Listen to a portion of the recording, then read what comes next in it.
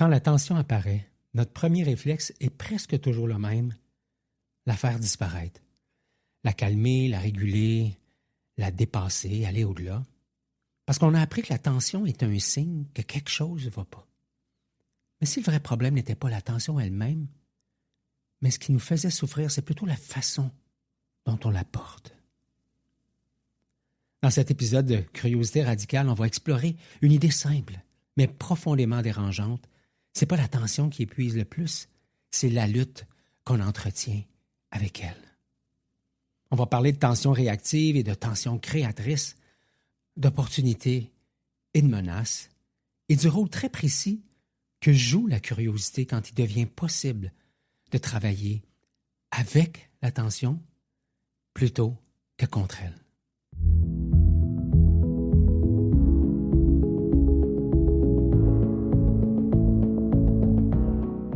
Bienvenue dans le balado Curiosité radicale. Mon nom est Ghislain Lévesque. Aujourd'hui, épisode numéro 7. La tension n'est pas le problème. On a appris très tôt que la tension est un problème. Quelque chose qui indique que ça ne va pas, que quelque chose cloche, que ça devrait être autrement. Alors, dès qu'elle apparaît, on cherche à la faire baisser, à la calmer, à la contenir, à la réguler, à la faire disparaître. On parle de gestion du stress, de charge mentale, de surcharge, de pression, et sans s'en rendre compte, on arrive à une conclusion implicite. Si je ressens de la tension, c'est que je fais forcément quelque chose de travers ou quelque chose dans mon environnement en est responsable. Chez les leaders, les entrepreneurs, les gens engagés que j'accompagne, cette croyance est encore plus forte. Parce que la tension est souvent associée à une perte de contrôle, un manque de compétences, une faiblesse au niveau de la posture ou encore une incapacité à bien, entre guillemets, gérer ce qui se passe. Alors on apprend à fonctionner malgré elle. On va l'étouffer, on va l'invalider, oui, on va essayer de la dépasser ou autrement dit, on va essayer de forcer pour aller au-delà. Mais très rarement, on va chercher à la rencontrer. Et pourtant, la tension est partout. Dans une décision importante, dans une conversation délicate, dans un désaccord non résolu, dans un choix qui demande de renoncer à autre chose. Si on enlève toute tension, il ne reste pas grand-chose de vivant. Le problème, c'est donc pas que la tension apparaisse. Le problème, c'est la manière dont on la regarde. Quand on part du principe que la tension est un ennemi, une menace, tout notre système nerveux s'organise pour la faire disparaître. Et c'est souvent là que la souffrance commence. Parlons d'une vérité inconfortable. Il n'y a pas de leadership sans tension. Pas de relation vraie non plus sans tension. Pas de croissance sans tension, pas de création sans tension. Chaque fois que quelque chose compte vraiment, une forme de tension apparaît. Entre ce qui est là et ce qui pourrait être, entre ce que je sais et ce que je ne sais pas encore, entre mes besoins et ceux de l'autre. La tension, c'est donc pas un bug du système, c'est simplement un signal. Un signal qu'il y a quelque chose à tenir, à traverser, à habiter, et surtout à rencontrer. On confond souvent tension et danger. Dès que la tension monte, le corps se prépare comme si une menace était à nos portes, comme si quelque chose devait être absolument évité. C'est compréhensible parce que certaines tensions ont effectivement été dangereuses dans le passé, mais toutes les tensions ne sont pas menaçantes. Ça veut donc dire qu'il y a deux grandes familles de tensions. On parle de la tension comme si toute tension était forcément mauvaise, comme si dès qu'elle apparaît, il fallait absolument qu'elle disparaisse, mais en réalité, il existe au moins deux façons très différentes de vivre avec la tension. Et la différence, ce n'est pas l'intensité, la différence est dans la relation que j'entretiens, qu'on entretient avec elle. Il y a une tension qui va contracter, qui va nous amener à nous presser, une tension qui donne l'impression qu'il faut agir vite, décider vite, corriger vite. Le corps se tend, le champ d'attention, le focus se rétrécit, la curiosité, elle, disparaît. C'est ce qu'on appelle une tension réactive. En leadership conscient, on va dire, on est sous la ligne, cette ligne qui départage le monde des réflexes automatiques, en dessous, le monde de l'ego, et le monde de la conscience, de la présence, de la curiosité, ce qui est en haut de la ligne. La tension réactive n'est pas mauvaise en soi, c'est une réponse du système quand quelque chose qui devient trop chargé, trop incertain, trop menaçant se pointe le bout du nez. Autrement dit, mon système, il perçoit une menace et il réagit. La tension réactive possède une caractéristique très précise. Elle pousse à réduire quelque chose, à réduire la complexité, à réduire l'incertitude, à réduire surtout l'inconfort. Et si elle ne réduit pas, elle va chercher à préserver. Préserver ma valeur, préserver mon statut, préserver mon appartenance au groupe, autrement dit, m'éviter d'être rejeté. Alors s'il y a d'un côté la tension qui me contracte, qui me fait réagir, il y a donc de l'autre côté, et tu as compris que cet autre côté-là, c'est au-dessus de la ligne, il y a donc une autre possibilité, un autre monde de possible. C'est une tension qui est tout aussi silencieuse, qui est tout aussi inconfortable au départ, mais c'est une tension avec laquelle je choisis de rester, une tension que je choisis de ressentir, une tension dans laquelle j'accepte de ne pas savoir tout à fait tout ce qui va se passer puis comment ça va se passer. Une tension qui est là, mais qui ne pousse pas à fuir ou à conclure trop vite. C'est ce qu'on appelle la tension créatrice. C'est une tension qui peut, au départ, être inconfortable, mais avec la respiration, avec la conscience, je choisis de rester avec. Et peu à peu, elle devient moins inconfortable. Elle demeure vivante, juste là, dans mon espace. Elle permet que quelque chose de nouveau émerge sans être forcé. C'est ce qu'on appelle le monde des possibles. Ce qui est important de comprendre ici, c'est qu'on a accès à ces deux types de tensions-là.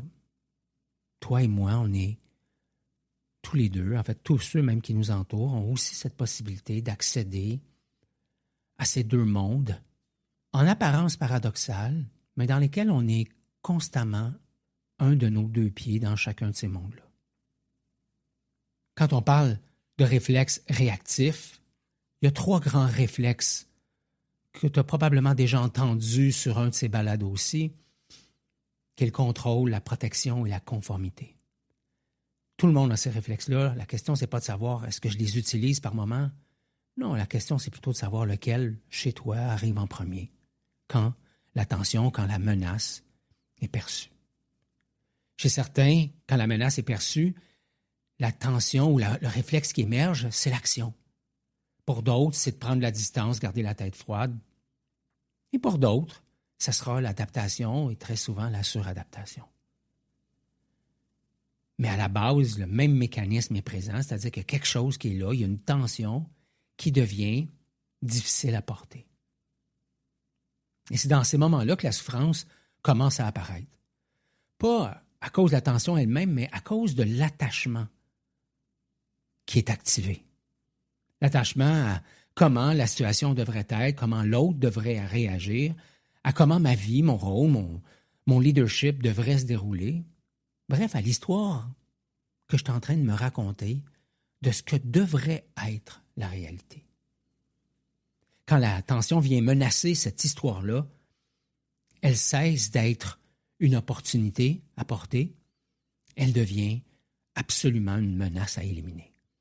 À partir de ce moment-là, le système ne cherche plus à créer, il cherche à se protéger. Et la tension, qui aurait pu être porteuse, donc créatrice, devient lourde, épuisante et nous tire vers le bas dans un monde réactif. À ce moment-là, la question, c'est pas comment enlever la tension, mais ça devient plutôt à quoi suis-je attaché, là, ici, maintenant, sans probablement m'en rendre compte.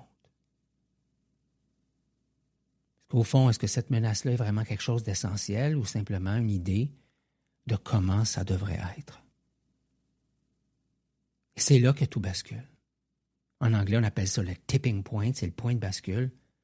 Parce que c'est là que la curiosité peut, parfois, permettre de recommencer à respirer plus librement.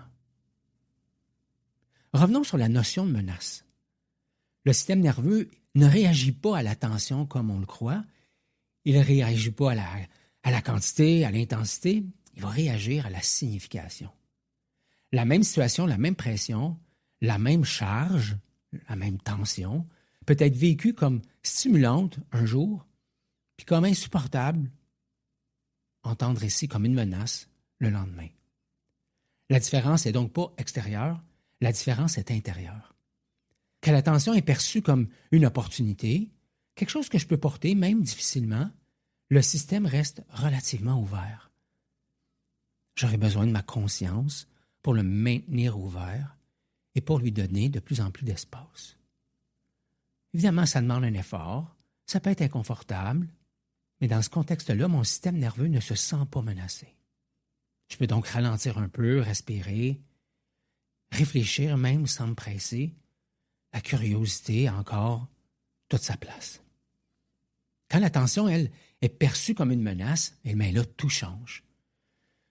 Et quand on parle de menace pour mon image, pour ma compétence, pour ma crédibilité, pour ma place, pour ma sécurité intérieure. À ce moment-là, le corps, il ne cherche plus à comprendre, il va chercher à réduire le danger. Le focus, le champ d'attention se referme, les options se simplifient le plus possible, les réflexes automatiques prennent le relais. Parce que mon système fait exactement ce pourquoi il a été conçu. Et c'est ce qui est subtil ici parce que cette bascule vers le monde réactif peut se produire très vite. Souvent même sans que je m'en rende compte.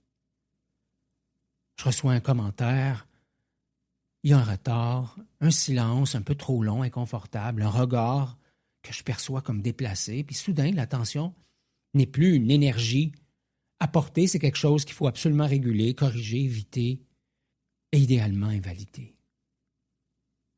C'est souvent à cet endroit-là que les réflexes deviennent dominants. Le contrôle tente de reprendre la main, la protection tente de créer de la distance, la conformité tente de préserver le lien à tout prix. Trois réponses complètement différentes, une même lecture intérieure, quelque chose ici est trop risqué pour être simplement rencontré. Et plus on accumule ce genre de moments, plus le système, mon système nerveux, s'épuise. Parce que porter une opportunité demande de l'énergie, mais porter une menace en demande encore plus. La menace maintient le corps en vigilance constante. Elle empêche donc la récupération. Elle va rigidifier la posture et tout ça, ça demande beaucoup, beaucoup d'énergie. Et à long terme, ce n'est pas la tension qui épuise, c'est le fait de vivre chaque tension comme si elle mettait quelque chose d'essentiel, d'existentiel même en danger. Alors la question, c'est plus comment est-ce que je fais pour faire baisser la tension? Et c'est davantage, qu'est-ce que mon système est en train de protéger ici? Autrement dit, est-ce que c'est vraiment un danger? Ou est-ce que c'est une lecture qui est héritée, habituelle, automatique? Autrement dit, une lecture qui provient de mon baluchon, de ce que je traîne dans mes expériences du passé. Et quand j'ai la capacité de me poser la question, qu'est-ce que mon système est en train de protéger ici? C'est à partir de là que je peux commencer à travailler avec l'attention plutôt que contre l'attention. Il y a une chose qu'on sous-estime énormément quand on parle de tension, c'est l'état du système nerveux qui la porte. Et dans les leaders, les entrepreneurs, les gens engagés que j'accompagne, c'est pas rare que le système nerveux est surchargé de façon chronique. Dans ces moments-là, on va parler de la situation, du contexte, des enjeux, mais on parle très peu de la capacité qui est disponible au moment où la tension arrive. Et dans mon expérience, dans l'expérience de ceux que j'accompagne, c'est exactement là que ça se joue. La même tension portée par un système nerveux qui est reposé, régulé, en forme, ne produit pas du tout la même expérience, la même réponse que si le système nerveux il est fatigué, il est sursollicité, il est épuisé de façon chronique. Dans le premier cas, la tension est exigeante, mais elle reste traversable, vivable. Dans le deuxième cas, elle devient rapidement trop lourde parce qu'elle demande quelque chose qui n'est plus disponible. Et ce qui est plus disponible, c'est de l'énergie, c'est de la marge, c'est de la capacité. La surcharge est souvent subtile, comme je le disais, puis elle s'accumule au fil des décisions que je prends tout seul, des conversations que je repousse. Elle s'accumule aussi dans les tensions que je gère, entre guillemets, sans vraiment les rencontrer. Elle s'accumule dans les responsabilités que j'absorbe sans les redistribuer. Elle s'accumule aussi beaucoup dans les émotions que je contiens parce que c'est pas le bon moment où je n'ai pas envie de le rencontrer ou j'ai juste pas les capacités, les compétences pour le faire. En apparence, c'est rien de dramatique, pris une situation à la fois, mais quand je mets tout ça ensemble, ça devient un système nerveux qui est épuisé. Et plus le système est chargé, moins ça devient possible de travailler en mode créatif. Alors, ça n'a rien à voir avec une situation qui pourrait être trop difficile ou trop intense. Ça a tout à voir avec un système nerveux qui est déjà débordé, qui a déjà plein de choses non digérées, qui a déjà plein d'attentes implicites, qui a déjà plein de ça devrait être autrement, qui a déjà plein d'enjeux, de défis, qui a besoin de repos parce que le corps est en fatigue. Il y a des tensions émotionnelles, il y a des tensions relationnelles. Comme tu peux voir, cette surcharge-là fait en sorte que la curiosité n'est plus accessible, donc le monde de la tension créatrice non plus. Quand la surcharge est présente, le corps n'a plus le luxe de rester ouvert. Je le disais plus tôt, il va chercher à simplifier, à raccourcir, à sécuriser. Et ce qui va disparaître en premier, un peu de compétence, un peu d'intelligence émotionnelle, relationnelle, un petit peu d'accès à mes ressources, mais surtout beaucoup, beaucoup de curiosité. Parce que, comme je l'ai déjà dit auparavant, la curiosité, ça demande de l'espace, un minimum de disponibilité intérieure, une capacité à rester avec ce qui est là, sans chercher à conclure, à passer à l'action trop vite. Quand le système est saturé, cet espace-là n'existe pas. C'est donc pas juste une question de c'est quoi la tension que je vis, mais c'est aussi et surtout une question de dans quel état est-ce que je suis en train de vivre la tension. Parce que travailler avec la tension, c'est pas juste une question de posture, c'est aussi, comme je le disais, une question de capacité. Quand la tension devient trop lourde à porter, le système ne s'arrête pas pour réfléchir à la meilleure posture possible.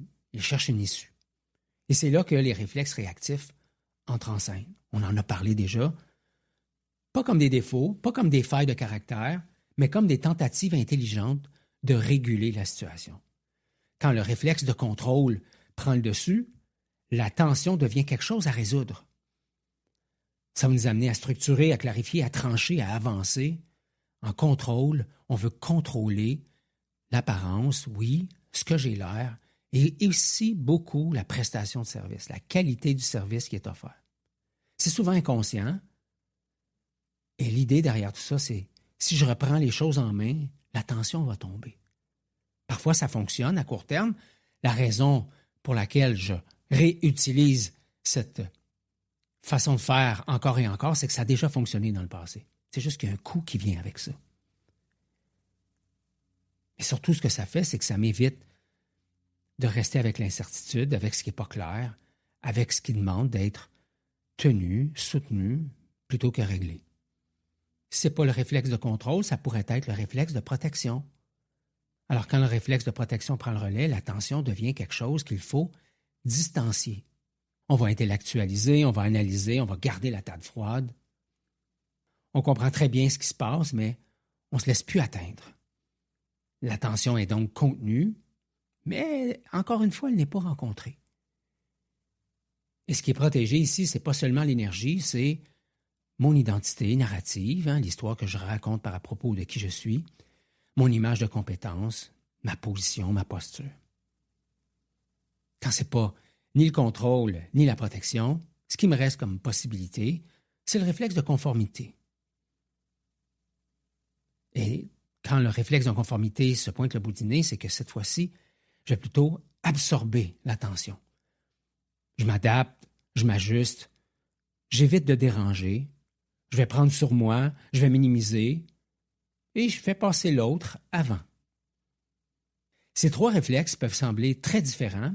L'un agit, l'autre se retire, le troisième se plie aux exigences perçues, mais leur fonction est la même, réduire la tension le plus vite possible.